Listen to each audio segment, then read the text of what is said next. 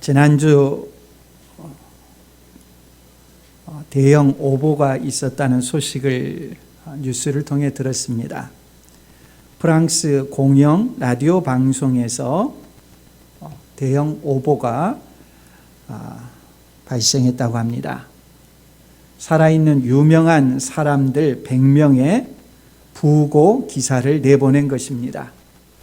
그 기사 가운데 대표적으로 영국 엘리자베스 2세 여왕에 대한 내용도 있었습니다. 그 내용에 따르면 오늘 아침 영국은 고아가 됐다. 버킹엄 궁은 공식적으로 엘리자베스 2세 여왕 사망을 선언했다. 여왕은 2020년 4월 21일 94세가 됐다. 아마 방송국은 미리 이런 내용들을 작성해 놓는 것 같습니다. 지금 엘리자베스 2세는 엄연히 94세로 생존해 있습니다. 그런데 방송사 실수로 여왕이 죽었다고 뉴스가 나간 것입니다. 또 코로나19로 여왕이 사망했을 경우를 대비해 만들어 놓은 코로나 버전 부고도 있었습니다. 그에 따르면 코로나의 영향은 왕이라고 다르게 나타나지 않았다. 잉글랜드에서는 군주가 목숨을 뺏겼다. 영국은 오늘 아침 고아가 됐다. 엘리자베스 2세 여왕이 코로나 감염에 따른 폐합병증을 이겨내지 못했다. 인간은 누구나 반드시 죽기 때문에 엘리자베스 여왕도 죽을 것은 분명한 사실입니다. 그러나 죽은 다음에 나와야 될 내용이 살아있는 동안 나온다면 그것은 사실과 다릅니다. 뉴스가 사실과 다른 내용을 보도하면 대형 오보가 됩니다. 그럼에도 만일에 엘리자베스 2세 여왕이 자신의 부고를 듣고서 죽음에 대해서 좀 더 진지하게 생각했다면 오히려 이런 뉴스는 좋은 기회가 될 것입니다. 죽음의 소식을 좋은 기회로 받아들이는 사람들이 여기저기 있습니다. 언젠가 소설가 이청준이 폐암으로 투병하면서 이런 말을 한 적이 있습니다. 애프터 쉐이브를 사는 것이 망설여진다.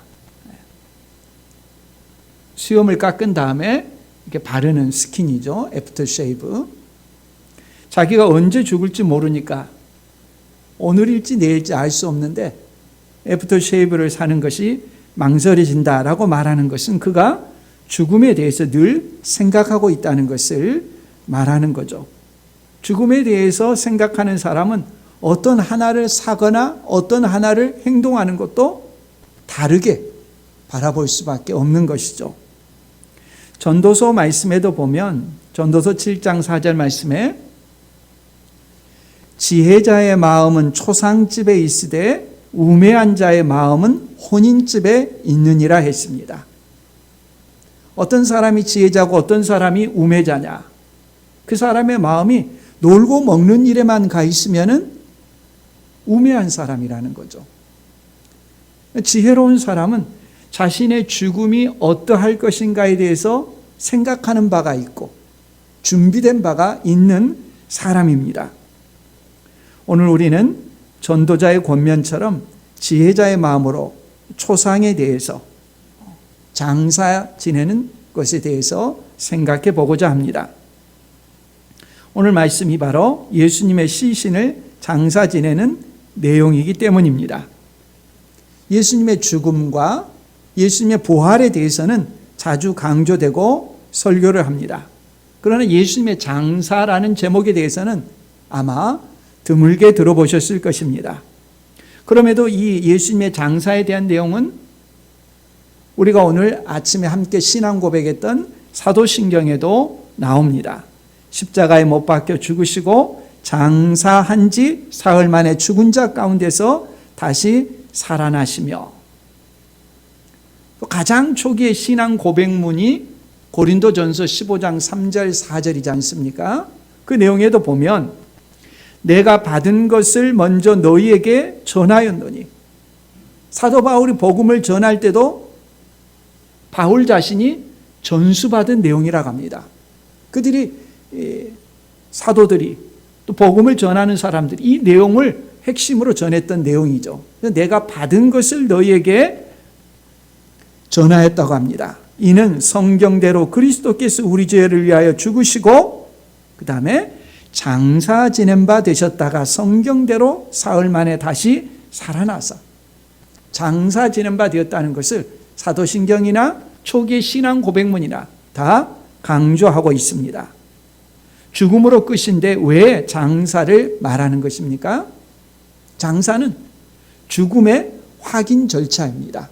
확인 사살이라고 할 수 있습니다. 예수님이 분명히 죽으셨다는 것입니다. 분명히 죽으셨다는 것을 몇 겹의 확인 과정을 거치는 장사 지냄을 통해서 확인하는 것입니다. 물론 우리는 예수님의 장사 지냄을 부활의 전망에서 읽습니다. 다 일어난 일이기 때문에 부활의 전망에서 장사를 대하지만은 소급해서 대하지만은 예수님의 시신을 대하며 장사를 치르는 사람들은 부활에 대한 인식이 전혀 없었습니다. 부활에 대한 아무런 기대를 갖지 않은 채 예수님의 시신을 처리한 것입니다. 만일에 예수님의 시신을 처리하는 이 장례 절차에 사흘 후에 예수님께서 다시 부활하실 것을 분명히 알고 있었더라면 이런 식의 장례를 치르지 않았을 것입니다. 틀림없는 사실이죠. 그냥 사람들은 지켜볼 것입니다. 예수님의 시신이 어떻게 될 것인가. 그러나 그들은 전혀 그런 기대를 하지 않았기 때문에 보통 사람들을 장사 지내듯이 장례 절차를 진행했던 것이죠. 오늘 말씀은 예수님의 시신을 장사 지내는 과정에서 나오는 사람들의 목록입니다. 첫 번째는 아리마대 부자 요셉이고, 두 번째는 막달라 마리아와 다른 마리아고, 세 번째는 대제사장들과 바리새인과 같은 종교 지도자들입니다. 예수님의 장사의 과정을 살펴보면서 거기서 그치지 않고 오늘 우리는 죽음에 대해서 어떻게 대해야 되는지 더불어 상고하려고 합니다. 예수님께서 십자가에 못 박히신 때가 언제죠? 금요일 날 아침 9시였죠. 아침 9시에 십자가에 못 박히시고 정오 12시가 되니까 온 세상이 어두캄캄해지고 그 다음에 오후 3시가 돼서 다 이루었다 하시면서 자기 영혼을 하나님께 맡기고 운명하셨습니다. 금요일 날 오후 3시에 십자가에 달려 죽으시고 그 다음 내용이 오늘 우리가 읽은 57절 저물었을 때입니다. 저물었을 때는 언제냐? 늦어도 저녁 6시는 넘지 않을 것입니다. 왜냐하면 저녁 6시 정도 저문 다음부터는 다음 날이 시작됩니다. 금요일 오후 6시경부터서 다음 날 토요일까지 안식일이 되죠. 그래서 금요일 날 오후 3시부터 다음 날이 시작되는 오후 6시까지 이 3시간 동안에 일어나는 일, 예수님의 장사 지내는 과정을 본문이 기록하고 있는 것입니다. 이 시간이 왜 중요하느냐? 안식일이 시작되기 전에 반드시 처리해야 되는 일이 있기 때문입니다. 우리가 여러 번 살펴봤는데요. 신명기 21장 22, 23절 말씀입니다. 사람이 만일 죽을 죄를 범함으로 네가 그를 죽여 나무 위에 달거든 그 시체를 나무 위에 밤새도록 두지 말고 그날에 장사하여 내 하나님 여호와께서 내게 기업으로 주시는 땅을 더럽히지 말라. 나무에 달린 자는 하나님께 저주를 받았음이니라. 이 신명기 율법의 말씀 때문입니다. 나무에 달려 죽은 자, 예수님이 십자가에 달려 죽으셨습니다. 하나님의 저주를 받았습니다. 하나님께 저주를 받은 자를 그대로 두면은 안식일이 시작됐을 때 그 땅이 더러워지는 것입니다. 더구나 그때는 언제입니까? 특별히 유월절 절기입니다. 그 땅이 더러워지면은 그들이 지키는 절기가 어떻게 되겠습니까? 그러니까 안식일이 시작되기 이전에 반드시 십자가에 달린 예수님의 시신을 처리해야 되는 것입니다. 나무에서 내려야 됩니다. 문제는 이 일을 누가 하느냐는 것입니다. 십자가에서 시신을 내리고 옮기는 것은 그 일 자체가 어려운 것은 아닙니다. 문제는 예수님이 반역죄로 몰려 십자가에 달려 죽으셨다는 것입니다.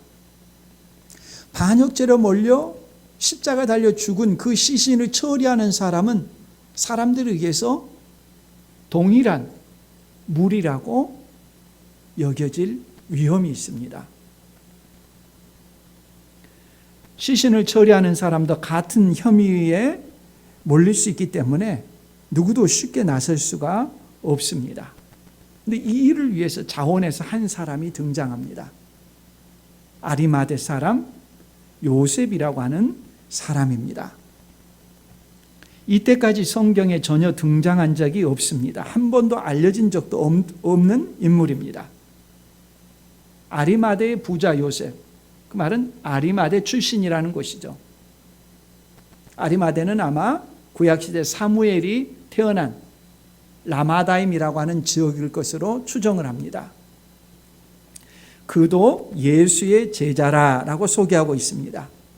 지금 예수님의 12명의 제자들은 다 흩어져 버렸죠. 한 명 가룟 유다는 예수님을 팔아넘겼고 나머지 11명은 다 도망쳤습니다. 다 도망치고 없는 줄 알았더니 다른 예수님의 제자가 등장하고 있는 것입니다. 이 사람은 지금까지 자기 정체를 왜 드러내지 않았었는가? 요한복음에 보면 그 내용이 더 나옵니다. 요한복음 19장 38절 말씀에 아리마대 사람 요셉은 예수의 제자이나 유대인이 두려워 그것을 숨기더니 이 일 후에 빌라도에게 예수의 시체를 가져가기를 구하매 빌라도가 허락하는지라. 놀라운 일이죠. 지금까지 자신의 정체를 숨겼던 사람입니다.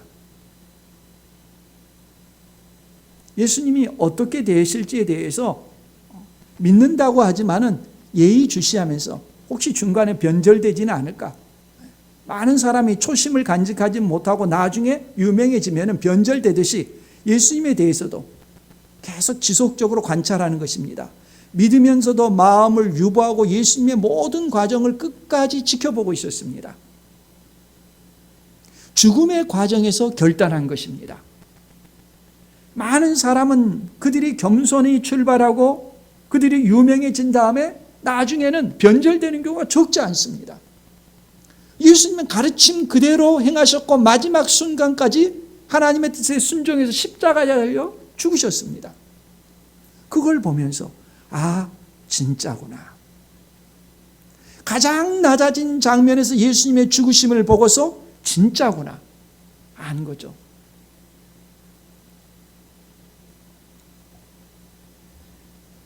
지금까지 정체를 숨기던 사람이 담대하게 빌라도에게 가서 예수님의 시신을 달라고 합니다.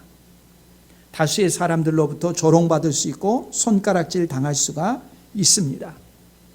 지금까지 숨어 지내던 것처럼 예수님께서 이제 죽으셨으니까 자기 정체를 드러내지 않고 그냥 조용히 지나갈 수도 있습니다. 심지어 예수님의 제자들조차도 다 도망했습니다. 예수님을 믿던 신앙이 예수님의 시신 앞에서 약해진다고 해도 전혀 이상하지 않습니다. 그러나 아리마대 요셉은 달랐습니다. 오히려 남들이 도망한 이때에 빌라도에게 가서 예수님의 시신을 달라고 한 것입니다. 그래서 이번에는 빌라도가 이상하게 여겼습니다. 그렇게 빨리 사람이 죽지는 않기 때문이죠. 오전 9시에 십자가에 달려서 오후 3시에 운명하시고 바로 아리마대 사람 요셉이 빌라도에게 찾아가서 예수님의 시신을 달라고 하니까 벌써 죽었다고?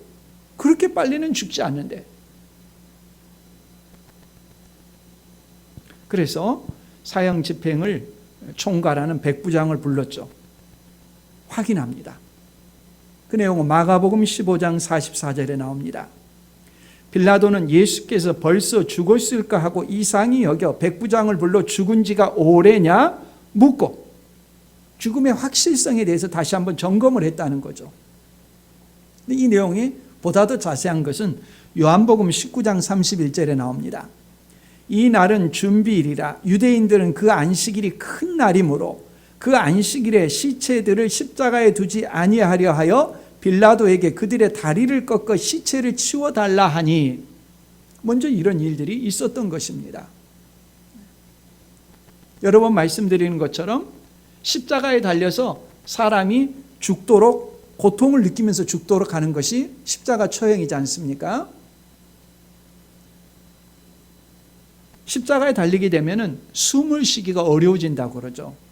숨을 쉬는 방법은 발에 못 박힌 그 발을 지탱해서 위로 몸을 끌어올려서 호흡을 쉽니다.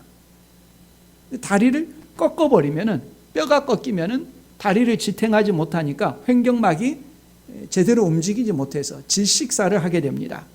그런 과정을 잘 아는 사람들이 빨리 안식일 전에 죽게 하고자 다리를 꺾어달라고 요청을 했던 것이죠. 그래서 로마 군병들이 좌우편에 있는 강도는 그때까지 살아있어서 다리뼈를 꺾어버렸습니다. 그렇게 해서 죽게 유도했던 것이죠. 그러나 예수님을 봤더니 어땠습니까? 이미 운명하셨습니다. 그래도 로마 군병들은 그걸 확인하기 위해서 어떻게 합니까? 예수님 옆구리를 창으로 찌릅니다. 물과 피가 나오는 것을 보고 확실히 죽었다는 것을 다시 한번 또 확인을 합니다. 몇 번의 검한 과정이 있는 것이죠. 이렇게 여러 과정을 거쳐서 확인한 다음에 예수님의 시신을 요셉의 요청대로 내주라고 했습니다. 계속 강조하고 있는 것은 예수님의 죽음이 확실하다, 분명히 죽었다는 확인입니다.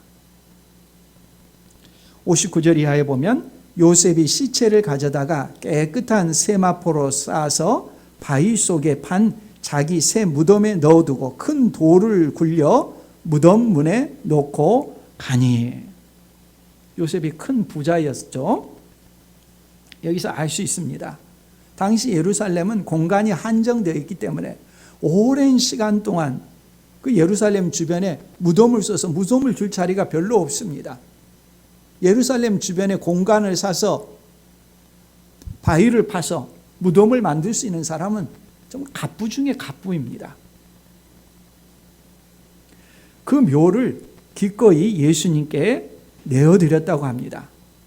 이스라엘 사회에서는 사람이 아무도 자기 장례를 치러주지 않는 것을 아주 심각한 모욕으로 느꼈습니다.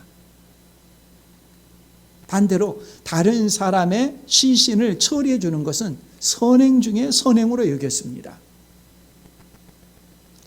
그러나 아리마대 요셉이 예수님의 시신을 다루는 것은 단순한 선행 차원이 아니었죠. 자기의 쓸 묘를 내주신 것입니다.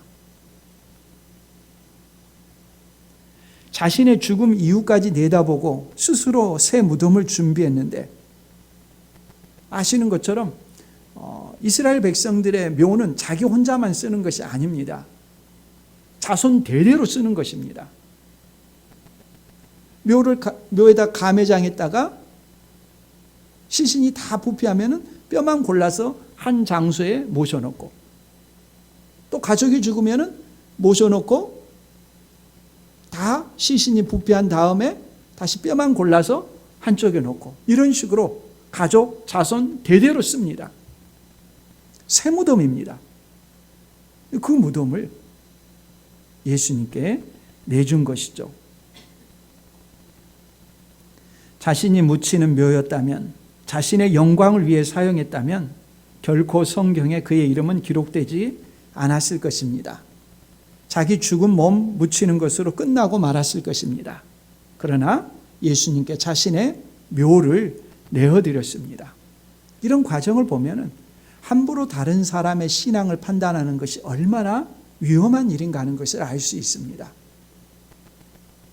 자기 정체를 드러내지 않고 믿는다고 하는 아리마대 요셉 같은 사람을 보면서 사람들이 겁쟁이, 무슨 신앙이라고 손가락하기 쉬웠겠죠.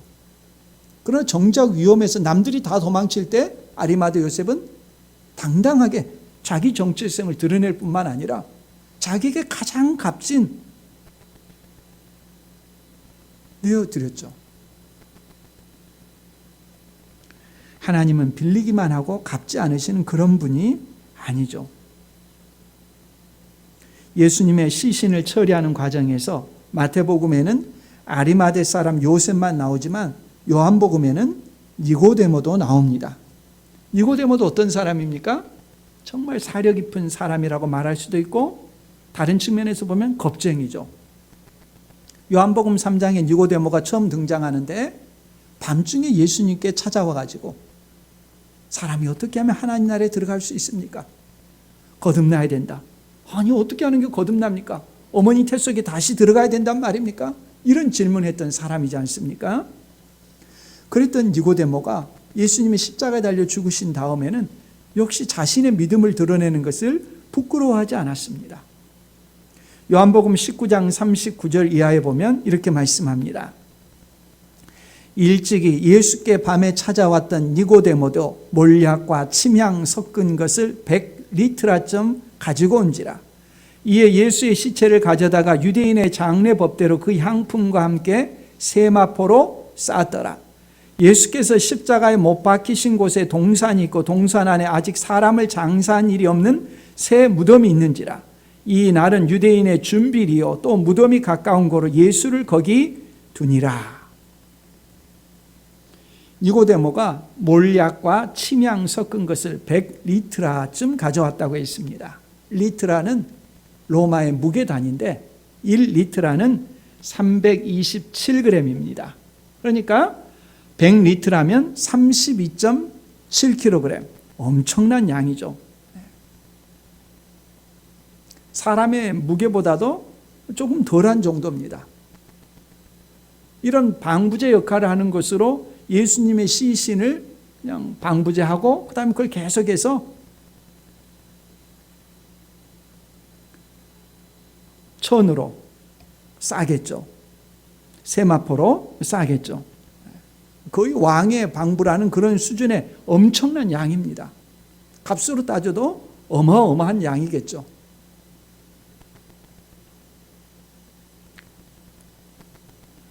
요셉이나 니고데모나 사회적으로 저명한 위치에 있어서 잘못 판단하고 처신하면 쌓아올린 모든 명예가 한 방에 날아갈 수 있습니다. 지금까지 대단히 조심스럽고 사려 깊게 행동한 사람입니다. 그런데 예수님의 죽음에 있어서는 정작 자기의 정체성을 드러내는 것을 전혀 주저하지 않았습니다. 많은 사람을 보고 관찰하고 알기 때문에 그들에게 있어서는 더 그런 감각이 예민하겠죠. 평소에 가르친 가르침이 진실된 것이었냐 거짓된 것이었냐 그들은 알고 있는 것이죠. 남들은 다 도망쳤을 때 죽음을 두려워하지 않고 예수님의 시신을 장사 지내는 과정에 참여하고 있는 것입니다. 세마포로 쌀 때 그런 향품들을 가지고 쌀 때 얼굴은 어떻게 합니까? 드러냈습니까? 아니면 다 감쌉니까? 여러분 장례식장에 가서 보시겠지만은 수의로 몸을 다 이렇게 할 뿐만 아니라 얼굴도 다 감쌉니다. 몇 번이나 예수님의 죽음이 확실하다는 것을 확인하는 것이죠.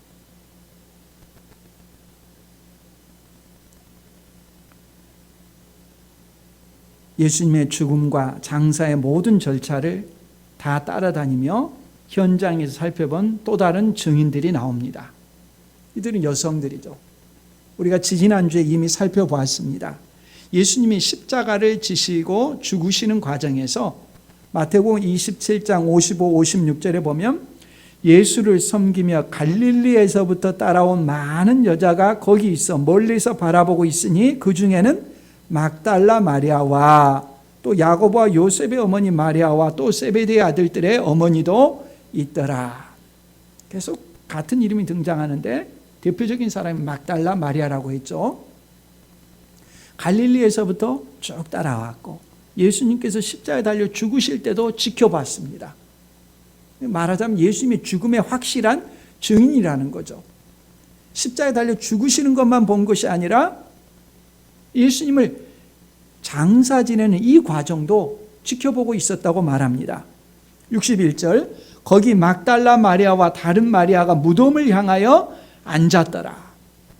예수님이 시신을 십자가에서 내리고 아리마대 요셉이 자기가 마련한 새 무덤에 장사 지내고 거기 또 니고데모가 향품을 가지고 싸는 그런 모든 과정들에 대해서 자기 나름대로 계속해서 주시하고 있는 것입니다. 거기서 끝나지 않죠. 안식일 다음 날인 주일날 새벽에 마리아가 또 그리러 갑니다. 자기 나름대로 장례식을 또 한 번 치르고 싶어서 갔었죠. 그런데 어떤 일이 일어납니까? 부활의 현장이 됐죠. 다음 주 할 텐데 마태복음 28장 1절에 보면 안식일이 다 지나고 안식 후 첫날이 되려는 새벽에 막달라 마리아와 다른 마리아가 무덤을 보려고 갔더니, 가서 시신을 보는 것이 아니라 부활하신 그리스도를 목도하게 되죠. 모든 현장의 증인으로서 마리아가 있습니다. 그러나 그들이 할 수 있는 것은 죽음 앞에 무력한 것이었고 단지 그 모든 과정을 지켜보는 것이었죠. 부활을 기대했던 것이 아니라 전혀 기대하지 않았기 때문에 부활이 일어났을 때 깜짝 놀라고 말았었죠. 예수님의 장사와 관련해서 세 번째 장면이 또 나오는데 62절입니다. 그 이튿날은 준비일 다음 날이라 대제사장들과 바리새인들이 함께 빌라도에게 모여 이르되, 준비일은 안식일 전날이고 준비일 다음 날은 당연히 안식일이 되겠죠. 이 안식일에 대제사장들과 바리새인들이 함께 빌라도에게 모였다고 합니다. 그들의 위선에 대해서 우리가 충격을 받게 됩니다. 왜 위선이라고 합니까? 금요일 날 새벽에, 그러니까 예수님을 십자가에 못 박혀 죽게 하려고 하는 결정이 금요일 새벽에 빌라도로부터 내리지 않습니까? 근데 빌라도에게 이런 요청을 할 때 이들이 보였던 행동이 있습니다. 요한복음 18장 28절에 보면 그들이 예수를 가야바에게서 관정으로 끌고 가니 새벽이라. 그들은 더럽힘을 받지 아니하고 유월절 잔치를 먹고자 하여 관정에 들어가지 아니하더라. 자기들은 금요일 새벽에 빌라도가 있는 관정에 들어가지 않았습니다. 왜? 그날 오후가 되면은 안식일이 시작될 텐데, 그럼 부정해진다고 자기들이 들어가지 않았어요. 그래 놓고는 정작 안식일이 되어서 빌라도를 만나러 갔다는 것입니다. 사람들이 있는 자리에서 안식일 이전에는 부정과 접촉하지 않던 사람들이 안식일이 되어서는 정작 빌라도의 관정에 들어가 빌라도를 만났습니다. 얼마나 위선적입니까? 그들이 위선적인 것보다도 더 놀랍게 우리가 주목해야 되는 것은 무엇입니까? 도대체 무슨 이유로 예수님을 죽일 때에는 관정에 들어가지 않던 사람들이 예수님께서 죽으신 다음에는 관정에 가서 빌라도를 만나 무슨 말을 하려고, 그것이 무슨 중대한 일인데 빌라도를 만나야 되느냐 하는 것이겠죠. 만나서 하는 말이 나옵니다. 63절 이하입니다. 주여, 저 속이던 자가 살아있을 때 말하되 내가 사흘 후에 다시 살아나리라 한 것을 우리가 기억하노니.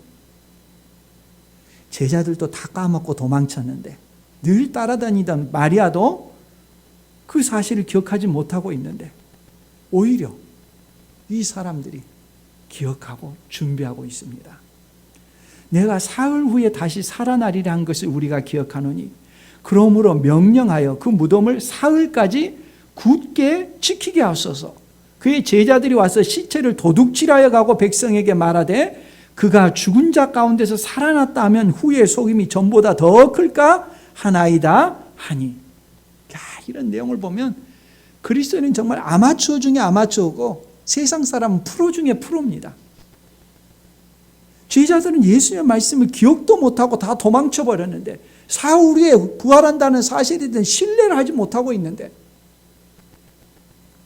오히려 세상 사람들은 철저하게 모든 가능성까지 다 준비하지 않습니까? 부활하신다고 예수님이 말씀하신 것을 믿지 못하지만 혹시 부활을 흉내내서 예수님의 신신을 훔쳐갈지 모르니까 경비병을 세워서 무덤을 지킵시다. 대단한 프로죠.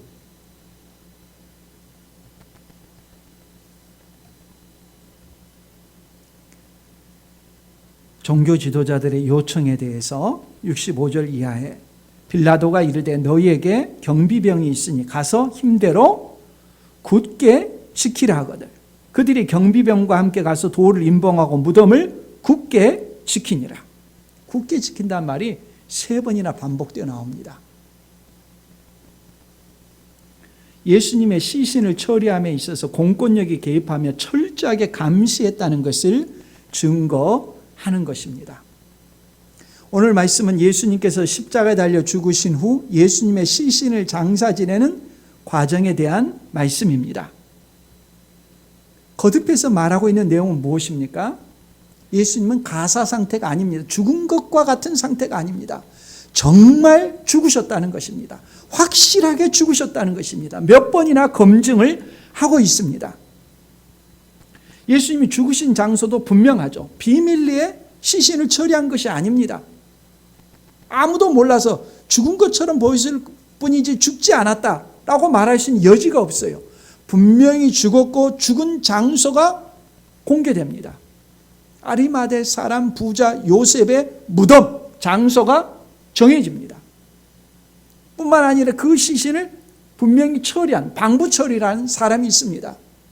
니고데모가 많은 분량의 방부제를 가지고 와서 세마포로 겹겹이 둘러쌌습니다.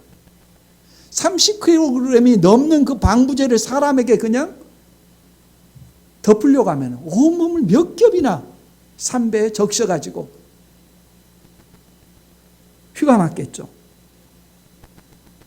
빌라도 총독과 백부장도 죽음의 확인 절차와 시신을 처리하는 그런 과정들이 있었습니다.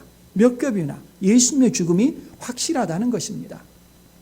마치 열왕기서에 나오는 엘리야가 갈멜산에서 한 것과 같습니다.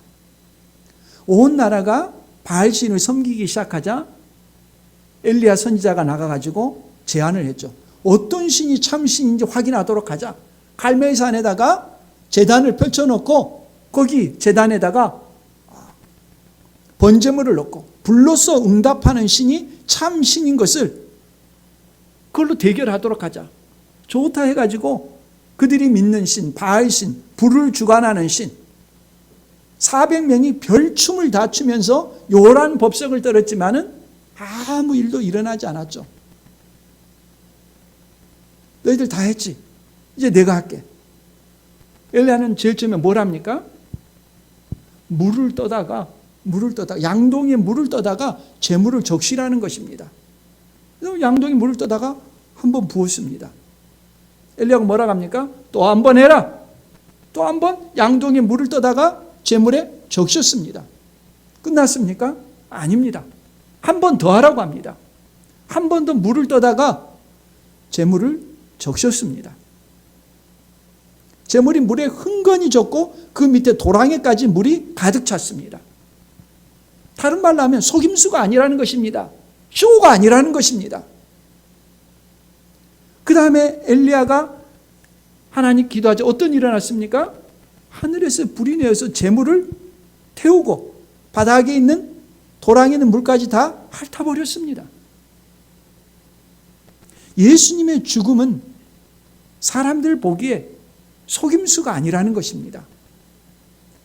확실한 죽음이라는 것을 몇 번이고 강조해서 확인하는 것이 장사 지냈다는 것입니다.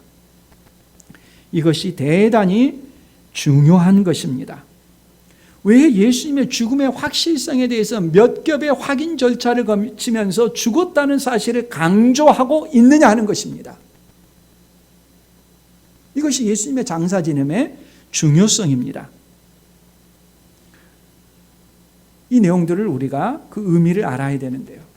먼저 우리가 알아야 될 것은 예수님은 왜 죽으셨습니까?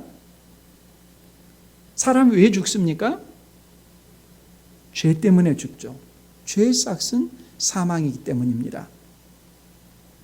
죽음은 결코 자연스러운 것이 아닙니다. 죽음의 원인은 아무리 사람들이 노화에 대해서 탐구하고 연구하고 죽음의 답을 발견하려고 하더라도 알 수가 없습니다. 죽음에 대한 해답도 죽음을 죽지 않게 하려는 어떤 방법도 없습니다. 반드시 죽게 되어 있습니다. 죄의 싹은 사망이라고 분명히 성경이 가르치고 있기 때문입니다. 다른 어디에도 죽음의 원인에 대해서 말하지 않습니다. 성경만이 우리에게 가르쳐 줍니다. 죄의 싹은 사망이라고 합니다. 그 제일 처음에 나타나는 과정은 창세기에 나오죠. 하나님께서 인류의 조상 아담과 하와에게 선악과를 먹지 말라고 했습니다. 먹으면 정령 죽으리라고 했습니다. 창세기 2장 17절 말씀에 선악을 알게 하는 나무의 열매는 먹지 말라. 내가 먹는 날에는 반드시 죽으리라 하시니라. 그러나 우리가 알고 있는 것처럼 아담과 하와는 선악과를 먹었습니다. 선악과를 먹으면 하나님과 같아진다는 유혹에 빠져서 선악과를 먹었습니다. 그 결과로 죽게 된 것이죠. 다만 그 죽음이, 육체적인 죽음이 당장 오는 것이 아니라 시간이 지난 다음에 자기의 수명을 다한 다음에 죽는 것입니다. 노아의 과정을 거치다가 죽는 것이죠. 창세기 3장 19절에 보면 네가 흙으로 돌아갈 때까지 얼굴에 땀을 흘려야 먹을 것을 먹으리니 내가 그것에서 취함을 입었음이라. 너는 흙이니 흙으로 돌아갈 것이니라 하시니라. 당장 죽지 않고 수고하고 일하고 그 소산을 먹고 시간이 흐른 다음에 죽게 하신 것, 그 자체로 놀라운 은혜이고 자비하심이죠. 그러면 예수님은 죄가 없는 분이신데 왜 죽으셨는가? 우리는 죄 때문에 죽는 것이지만, 죄값을 치르는 것이지만, 예수님은 죄가 없는 분이신데 왜 죄의 형벌인 죽음을 당하시느냐? 잘 아시는 것처럼 우리 죄의 형벌을 대신해서 예수님께서 지신 죽음이죠. 그렇다면 다시 우리는 또 의문이 드는 것입니다. 예수님께서 십자가에 달려 죽으심으로 내 죄값인 죄의 형벌을 대신해서 죽었다고 하는데, 그러면 내 죄값은 처리되었는데 그리스도인이 왜 또 죽어야 되느냐? 그 질문이 연달아 될 수밖에 없는 것이죠. 근데 우리의 죽음은 다른 죽음입니다. 예수님께서 이미 십자가에 달려 죽으심으로 우리의 죄값을 치르신 죽음을 죽었기 때문에 예수 그리스도를 믿는 사람의 죽음은 죄의 형벌로서의 죽음이 아닙니다. 로마서 8장 1절 말씀 너무 잘 아시죠? 그러므로 이제 그리스도 예수 안에 있는 자에게는 결코 정죄함이 없습니다.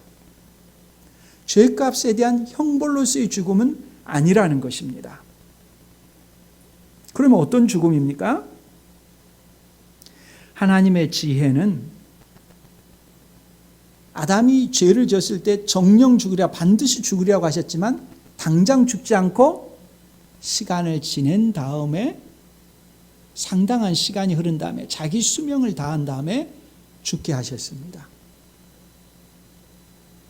예수 그리스도께서 우리 죄값을 치르시고 죄의 형벌을 치르시고 죽으신 다음에 그 구원이 우리에게 적용되는데도, 신분상은 하나님의 자녀가 돼서 구원을 받는 것이 확실하지만 그 구원의 모든 은총을 누리는 것도 당장 모든 것을 누리는 것이 아니라 시간이 흐르는 과정 속에서 이것이 누려지게 하셨습니다. 하나님의 지혜죠. 세상의 모든 악들을 우리에게 즉시 제거하지 않습니다. 세상 사람들과 마찬가지로 이 부패한 세상 속에서 살면서 동일하게 어려움, 환난, 고통, 질고 다 겪습니다. 그리스도인도 다 그런 것을 겪는 거예요. 최후의 심판과 새 하늘과 새 땅이 세워질 때까지 기다리게 하시는 것입니다. 완전한 구원의 경험은 이 세상에서 다 누리지를 못하는 거예요. 타락한 세상에서 제거될 마지막 적이 뭐냐? 고린도전서 15장 26절 말씀에 보면 맨 나중에 멸망받을 원수는 사망이니라. 우리가 그리스도인이 되고 나서도 우리 안에는 죄의 흔적들이 많이 있습니다. 죄의 잔재가 많이 있어요. 그것을 세상 속에서 고난과 환난의 과정을 거치면서 조금씩 제거해 가십니다. 마지막으로 우리에게서 없애실 대적이 뭐냐? 죽음입니다.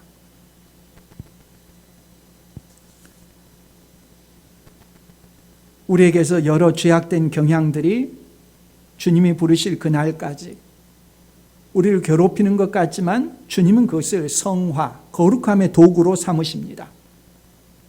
마지막에는 그 죽음조차도 우리에게서 제거해 가십니다. 죽음이 공포가 아닙니다. 두려움이 아닙니다. 예수님께서 십자가 달려 죽으신 이유 가운데 하나가 히브리서 2장 15절에 보면 또 죽기를 무서워함으로 한평생 매어 종노릇하는 모든 자들을 놓아주려 하심이니. 사람들이 근심이나 걱정이 많은데 가장 큰 근심과 두려움과 걱정이 뭡니까? 죽는 거예요. 죽음에 대해서 두려워하지 않습니까? 근데 하나님을 믿는 하나님의 자녀들은, 이 구원의 확신을 가지고 있는 사람들은 세상 사람 두려워하고 벌벌 떠는 것들에 대해서 하나님을 신뢰하면서 하나님을 향한 믿음을 간직하면서 두려움을 극복하기 시작합니다. 어떤 경지까지 나갑니까? 죽음도 두려워하지 않게 합니다. 사람들은 고난들, 죽음들 무서워합니다. 왜 사람들이 젊어서 돈을 많이 벌려고 합니까? 나이 들어 벌 수 없을 때 자기 자신을 지키고 싶거든요. 할 수만 있거든 자기 생명을 연장시키고 싶어 하거든요. 하나님의 자녀들은 그것이 그렇게 두렵거나 공포스러운 것이 아닙니다.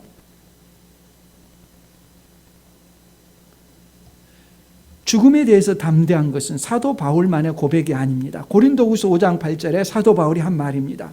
우리가 담대하여 원하는 바는 차라리 몸을 떠나 주와 함께 있는 그것이라. 우리가, 바울만이 아니라 바울과 같은 신앙을 가진 모든 성도들은 담대하게 이 말을 할 수 있는 것입니다. 몸을 떠나 죽는다는 것이죠. 죽는 것이 공포나 두려움이 아니라 오히려 원한다. 나 더 좋다. 왜? 비유하자면 사람이 월세로 그냥 여기저기 옮겨다니면서 집 없이 서름을 겪다가 아주 좋은 집을 소유하게 돼서 그 집으로 이사하는 것과 같습니다. 자, 장례식 때 자주 설교하는 내용 가운데 하나가 그 내용입니다. 죽음은 공포나 두려움이 아닙니다. 믿음을 가진 사람들은 하나님을 신뢰합니다. 기다립니다. 하나님께서는 고난과 죽음의 경험을 사용해서 우리의 성화를 완성해 가십니다. 세상에서는 어떤 대가를 지불하더라도 자신의 육체적인 생명을 보존하는 것을 최고의 목표로 삼습니다. 자기 생명이 제일 중요합니다. 그러나 그리스도인에게는 그 최고의 목표가 어떤 환경에서나 하나님께 충성된 삶을 사는 것입니다. 생명의 주인이 하나님이시기 때문에. 사도 바울이 사도행전 20장 24절에서 이렇게 고백합니다. 내가 달려갈 길과 주 예수께 받은 사명 곧 하나님의 은혜의 복음 증언하는 일을 마치려 하면은 나의 생명조차 조금도 귀한 것으로 여기지 아니하노라. 내 생명보다 예수님께 받은 사명이 더 귀하다는 것입니다. 바울이 예루살렘으로 가는데 예루살렘에게는 큰 환란이 기다리고 있다고, 생명이 위태롭다고 주변 사람들이 예언을 하면서 권면했습니다. 가지 말라고. 그때 바울이 뭐라고 말하느냐? 사도행전 21장 1절에, 사도행전 21장 13절에 바울이 대답하되 여러분이 어찌하여 울어 내 마음을 상하게 하느냐? 나는 주 예수의 이름을 위하여 결박당할 뿐 아니라 예루살렘에서 죽을 것도 각오하였노라. 죽은 것이 두려운 것이 아니에요. 아니나 다를까? 결박돼서 로마 감옥에 갔죠. 빌립보서를 읽어보십시오. 두 사이에 끼었는데 어떤 것을 선택할지 모르겠다. 난 죽는 것이 더 좋다. 그러나 살아있는 너희에게 유익한다면 하나님께서 허락하시는 대로 살아가겠다. 죽는 것이 두렵지 않아요. 왜 그런 말을 할 수 있습니까? 예수님께서 십자가에 달려 죽으실 때 죄값이 다 처리되었다는 것을 확실히 알고 있기 때문입니다. 그래서 죽음이 두렵지 않은 거예요. 죄값이 처리되지 않은 사람은 죽음이 두렵습니다. 죽음 이후는 영원한 지옥의 형벌과 고통이 기다리고 있습니다. 예수님께서 확실히 죽으셨다는 것이 왜 중요하냐는 것을 알 수 있습니다. 예수님이 확실히 십자가에 달려 죽으셔야 나도 예수님과 함께 연합해서 죽은 것입니다. 예수님이 죽지 않았으면 내 죄값은 처리되지 않은 거예요. 예수님이 가사 상태에 있다가 살아나신 것이라면 내 죄는 처리되지 않은 겁니다. 예수님이 확실히 죽었다는 거예요. 그 죽음, 장사 지냈다는 것에 대해서 몇 겹이나 지금 오늘 본문에서 확인하고 있는 것입니다. 예수님이 죽었다. 장사 지냈다. 나도 죽었다. 죽음은 죄값에 대한 사형 선고, 집행을 한 것입니다. 예수님의 죽음과 장사는 예수님을 믿는 성도들도 예수님과 함께 죽고 장사 지냈다는 말입니다. 그러므로 그 이후로 예수 그리스도를 믿는 사람은 예수님과 함께 죽었기 때문에 세상에 대하여, 죄에 대하여, 사탄의 지배에 대하여 완전히 죽었습니다. 그런데도 여전히 그리스도인의 몸에는 뭐가 있습니까? 죄의 흔적들이 있어서 이 죄의 경향들이 자꾸 죄짓도로 이끌어갑니다. 그러나 죄는 더 이상 주인이 아닙니다. 로마서 6장에 나오는 내용들이죠. 그 죄가 우리를 이끌어갈 때, 죄의 욕망이 일어날 때마다 그리스도의 영이 우리에게 함께하기 때문에 하나님의 말씀대로 살고자 하면 죄의 속박에서 벗어나서 하나님의 말씀대로 순종할 수 있는 힘이 있습니다. 이 일이 이 세상에서의 과정 가운데 계속해서 행해집니다. 이것이 성화, 거룩함의 삶입니다. 하나님께서 우리가 구원받은 다음에 당장 주님의 품으로 데려가시지 않는 이유입니다. 죄의 도구로서의 우리 몸이 거룩함의 도구로서 계속해서 연단받고 훈련받고 변화되는 과정을 허락하시는 것입니다. 예수 그리스도와 연합된 사람은 그 안에 새 생명이 역사합니다. 언제 그런 일이 일어났죠? 정확하게 때와 시간을 말할 수 있는 사람은 거의 없습니다. 자기도 모르는 사이에 예수 그리스도를 믿고 그 믿음이 고백되어지고 하나님의 영이 그 사람 안에서 역사하는 것입니다. 그러나 분명하게 알고 있는 것은 있습니다. 내가 예수를 믿지 않던 때와 예수를 믿은 다음에 내 삶은 변화되었다는 것입니다. 그 차이가 없다면, 그 차이를 알지 못한다면 그 사람은 그리스도인됨에 대해서 스스로 의심해 봐야 됩니다. 반드시 변화가 주어집니다. 100% 확실합니다. 죄에 대한 욕망에 대해서 자기 안에서 이것이 죄라는 것에 대해서 반대하는 그리스도의 영이 역사합니다. 거룩함에 대한 갈망이 있습니다. 전에는 남이 보지 않으면 마음껏 죄를 저질렀습니다. 이제는 그럴 수가 없습니다. 성령께서 그의 마음속에서 역사하기 때문입니다. 남이 보지 않더라도 하나님 앞에 거룩한 삶을 살고자 합니다. 변화의 흔적이 나타납니다. 이것이 그리스도인의 모습입니다. 이 거룩함을 계속해서 그 사람의 마음속에 갈망을 일으킵니다. 그 사람들은 이제 죽음도 두려워하지 않습니다. 죄값을 치른 것을 알거든요. 그리스도와 함께 영원한 그날을 소망하고 오히려 기다립니다. 우리는 죽음에 대해서 어떤 자세를 가지고 있습니까? 죽음에 대해서 끌려다니는 삶입니까? 아니면 하나님께 충성하는 것이 우리에게 중요한 것입니까? 요한계시록에 보면 서머나 교회 성도들에게 말하죠. 죽도록 충성하라. 그리하면 생명의 면류관을 내게 주리라. 생명의 면류관을 얻는 우리 모두가 될 수 있기를 바랍니다.